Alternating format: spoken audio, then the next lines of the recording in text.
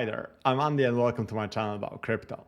In today's video, I want to talk about ERC-4337, which is an upcoming update to the Ethereum blockchain. I think it's really important. There's been a bit of a buzz about it for the last, 2 or 3 days. Basically from the moment it was officially announced that it's coming very soon. And I think what's really interesting about this particular update is the fact that it will bring a lot of features which will help us bridge a gap between Web 2 and Web 3. Essentially, it will bring a lot of functionality that's been missing from Web 3. And it's the kind of functionality that will hopefully help us onboard more and more people into this space. As you're probably aware, one of the biggest problems with Web 3 is that fact that, well, the learning curve is quite steep. And if you are new to this space, it can be all quite overwhelming and a lot of things are quite alien. The way you do stuff in Web 3 is very often very different to what we are used to in, well, Web 2 internet or traditional banking sector and so on. And I think a lot of the features in this particular update will start making Ethereum blockchain much more Web 2-like in a good way, if that makes sense. First of all, there are two terms you'll probably hear quite a lot in the context of ERC-4337, and they are account abstraction, which also can be probably a bit more user-friendly, explained as smart accounts. If you would like to dig into more details about it, well, there is of course a full article on Ethereum Improvement Proposals website. As always, when there is any change to the Ethereum blockchain, it will be all described here.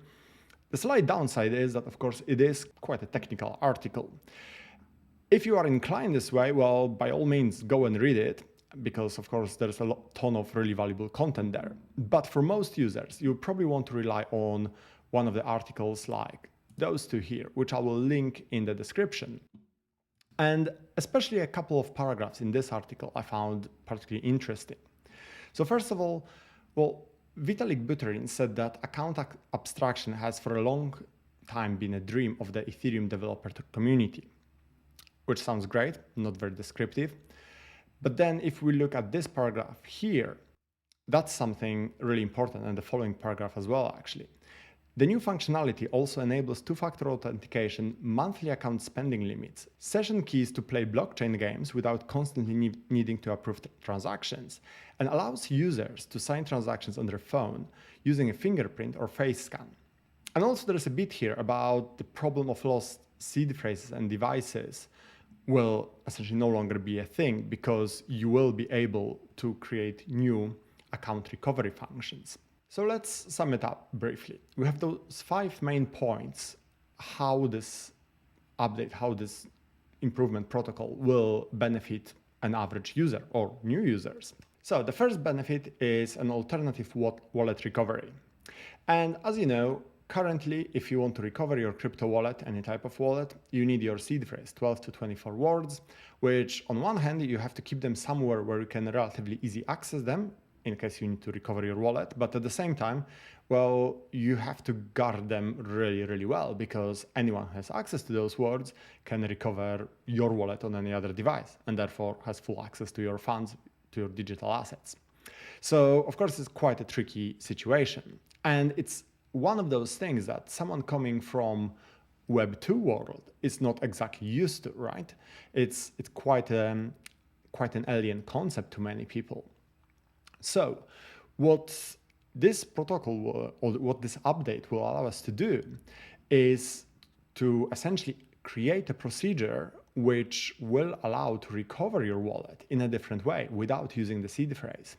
So one way it could be done is by giving or creating a group of trusted people who, if they all agree to do it, they could recover your wallet. So for example, I don't know, this could be your lawyer, this could be, I don't know, few members of your family or friends or something like that. And then let's say you have 3 or 4 people who, well, they can come together and recover your wallet. Of course, it goes without saying that they have to be very trusted people because, well, they can recover your wallet even without your permission, so they can also empty it without your permission.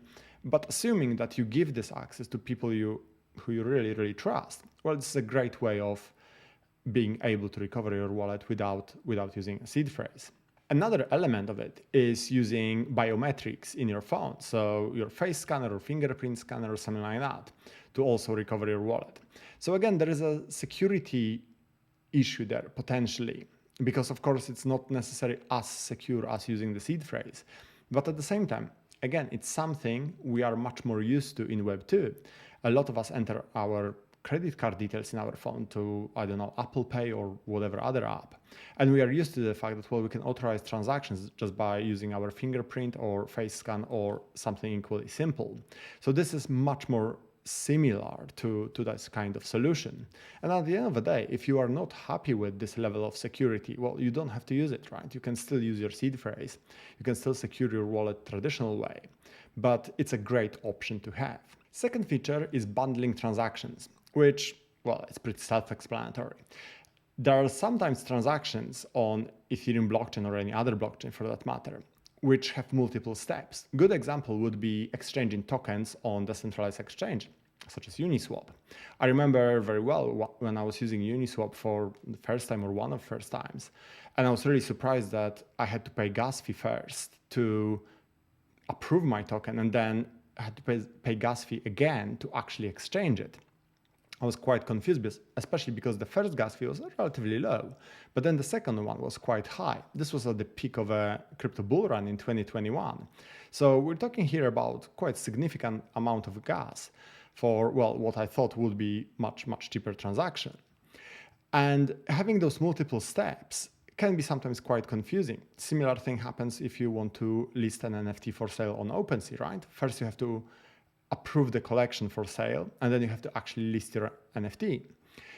This function will allow you to actually bundle all those transactions into a single one. So you'll be just signing your wallet once, and all the necessary transactions will be triggered automatically.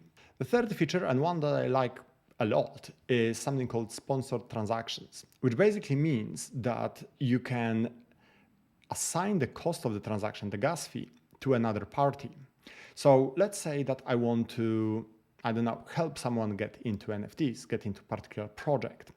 Well, they may be able to get the NFT for free. Let's say mint an NFT for free. I may allow them to get this NFT at no cost, but they still have to pay gas fee in order to mint it, right? Unless, of course, I airdrop it to them or something like that.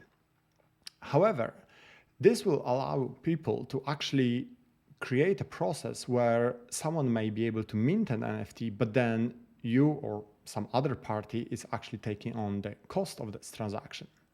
And I think this could have plenty of really interesting use cases because, well, at the moment, they're unless you airdrop something, an NFT or a token to someone else, there's no such thing as a free token, free NFT in Web3, right? Because there is always that gas fee to pay. If you want to transfer it, if you want to mint it, whatever, the item itself may not necessarily have any value, but there is still transaction fee to pay. So I think this will help a lot when we want to get new people on board, and essentially, we want to either gift them something or help them to get into a certain community and so on. So this is something I think it's really important and will help a lot. The next absolutely amazing feature, I think, is the ability to pre-approve transactions. So as the name implies, you will sign the transaction only once, but then actually this will allow you to conduct multiple transactions just using the single signature. So perfect use case here would be blockchain gaming. You don't have to sign a new transaction in your wallet every single time when you want to buy something in the game or sell something in game or in any other way interact with the blockchain. You could just sign one approval for, let's say, the whole day, week, month, however often you play, or however many microtransactions you have in between. And then basically this one transaction will sort out all the necessary approvals during that period of time. So it would be pre-approval for a specific application and for a specific period of time. So not just for anything, which of course is important because otherwise it would potentially lead to multiple breaches in security.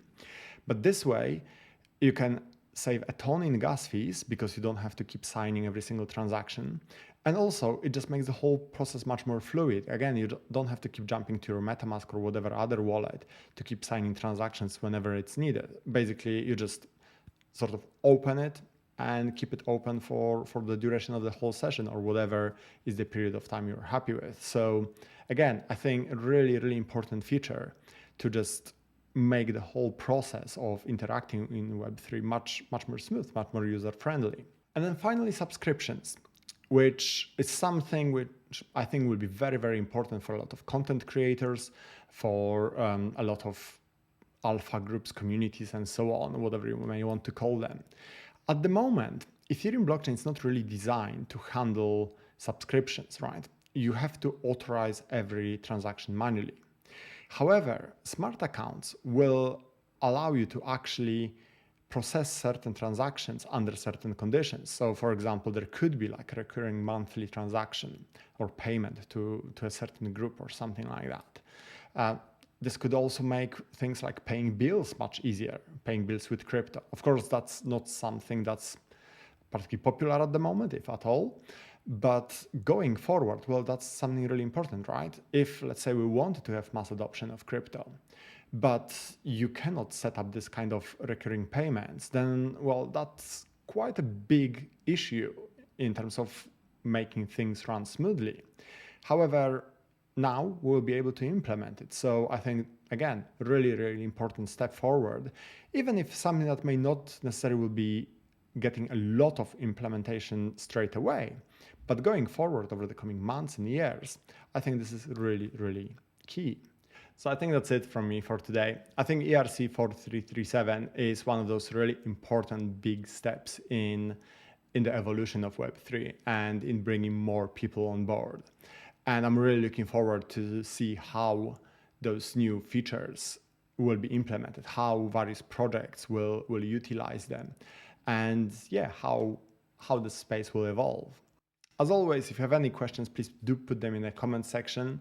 If you would like to learn more about crypto, please do check out my course, Crypto Like a Pro. You can find more details in the description as well. And other than that, thank you for watching, and I'll see you next time. Bye.